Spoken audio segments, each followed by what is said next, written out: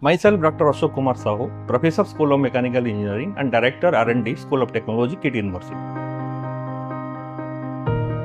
The school have high-end research laboratories and academic laboratories equipped with state-of-the-art research infrastructure at par with industry and R&D standards. And the students of the BTech, MTech and PhD students are actively engaged in different thrust areas of the research in the School of Mechanical Engineering. At present, I am undergoing 3 research projects in the School of Mechanical Engineering, and it is sponsored by various funding agencies like DST, Government of India, and also the AICTE Research Promotion Scheme project. The students are actively engaged in the high-end research project in the area of advanced material processing and also the machining and machinability characteristics to study the phenomena of the machining and also the machinability aspect in as well, and also they are engaged in sustainable manufacturing and machining of the different material, and also they are developing and designing a novel cutting tool material like your micro texture cutting tool, additive manufacturing and subtractive manufacturing as well.